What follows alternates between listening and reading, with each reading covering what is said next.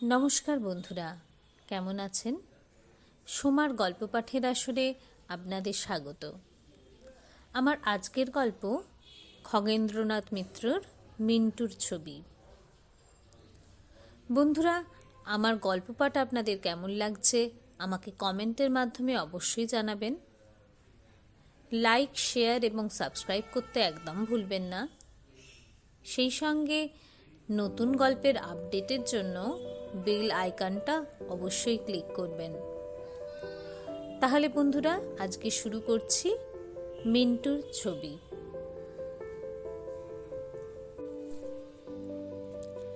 মিন্টুর দাদা ছবি আঁকে। কি সুন্দর!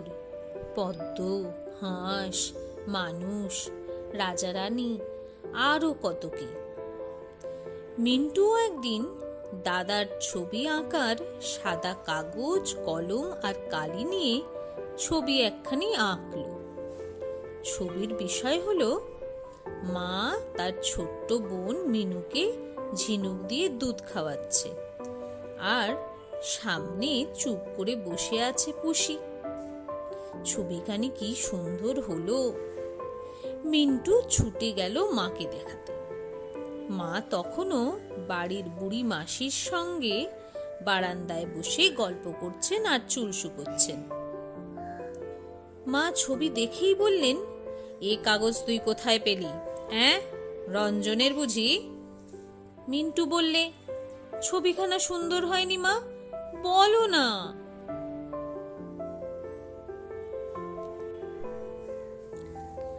রঞ্জনের দরকারি কাগজপত্র নষ্ট করছো? নষ্ট করলাম বুঝি? ছবি এঁকেছি তো, সুন্দর হয়নি? ছাই হয়েছে, ভূত আঁকা হয়েছে। সে এসে তোমায় কি করে দেখো।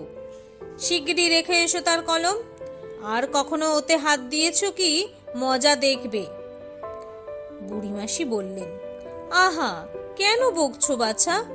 ও কি বোঝে? দেখো তো মুখখানা কেমন হয়ে গেল। মিন্টু কাঁদো কাঁদো মুখ করে ফিরে এলো। এত সুন্দর ছবিখানা! মা বললেন, ভূত আঁকা হয়েছে। ভূত কি এইরকম দেখতে?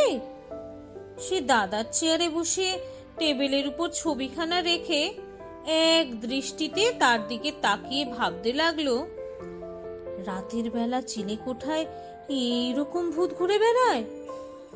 ওদিককার বেলগাছে যে ভূতটা থাকে সে কি এইরকম? সে ভূত এঁকেছে। পাশের ঘরে দিদি পরীক্ষার পড়া তৈরি করছিল।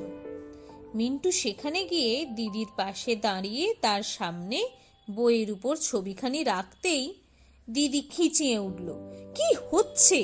নিজেও পড়বে না, অন্য কেউ পড়তে দেবে না। লক্ষ্মী দিদি, দেখ না ভাই। কি দেখবো? ছবিখানা কেমন হয়েছে? বাঁদর হয়েছে, যা ভাগ বলে ছবিখানা ছুঁড়ে মেঝেয় ফেলে দিয়ে আবার এক মনে পড়তে লাগলো, দূষিত জল পান করলে টাইফয়েড, আমেশা, গলগণ্ড বা কৃমি প্রভৃতি রোগ হয়। মিন্টু কাঁদো কাঁদো মুখে ছবিখানা কুড়িয়ে নিয়ে যেতে যেতে এক দৃষ্টিতে দেখতে লাগলো। মা বললেন, ভূত। দিদি বললে, বাঁদর। বাঁদর যে হয়নি তা সে জানে, কারণ সামনের পানওয়ালার যে বাঁদরটা আছে, রাস্তায় যে বাঁদর খেলা দেখায়, সে এরকম দেখতে নয়। চিড়িয়াখানার বাঁদরের চেহারার সঙ্গেও এর মিল নেই। কিন্তু এ তো মা আর ছোট বোন মিনু আর পুষি, কেউই তার মনের কথা বুঝতে পারছে না। সেদিন রবিবার, বাবা বৈঠকখানায়। সে ছুটল সেখানে। কেউ যা বলতে পারে না, বাবা ঠিক তার উত্তর দেন। তারও সব প্রশ্নের ঠিক ঠিক উত্তর দিয়ে থাকেন বটে, তবে দু একটার উত্তর দিতে পারেন না। যেমন, বাঘ কুমড়ো খায় কিনা, হাতি পাঠা খায় না কেন, ওই চিংড়ির কে হয়, সেদিন এইসব প্রশ্নের ঠিক উত্তর দিতে পারেননি। সে গিয়ে দেখলো বাবা এক মনে একখানি মোটা বই পড়ছেন। সে পাশে দাঁড়িয়ে ডাকলো, বাবা। বাবা অন্যমনস্কভাবে উত্তর দিলেন, অ্যাঁ? মিন্টু বইয়ের উপর ছবিখানা রেখে বললে, বাবা দেখো তো ছবিখানা কেমন হয়েছে। ছবি কে এঁকেছে? আমি। বাবার ঠোঁটের কোণে একটুখানি হাসি দেখা দিল। জিজ্ঞেস করলেন, কি এঁকেছ? এই মা, এই মিনু, এই পুষি। মা মিনুকে দুধ খাওয়াচ্ছে আর পুষি বসে বসে দেখছে। বাবা হা হা করে হেসে উঠলেন। কেমন হয়েছে?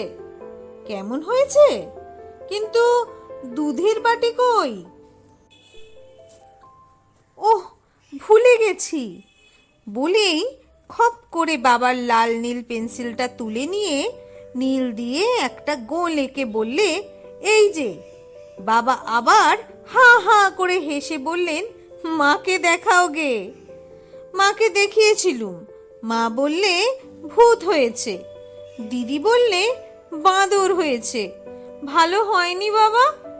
তুমি দাদার কাছে আঁকা শেখো, বলো না ভালো হয়েছে কিনা। দাদাকে দেখিও, এখন যাও। বলে বাবা তার গাল টিপে আস্তে করে পাশ থেকে সরিয়ে দিলেন। অমনি দাদার ঘর থেকে হাঁক এলো, মিন্টু, এই মিন্টু, আবার আমার জিনিসে হাত দিয়েছিস? মিন্টু আবার বৈঠকখানায় ঢুকে বাবার পিছনে চুপ করে দাঁড়িয়ে রইল।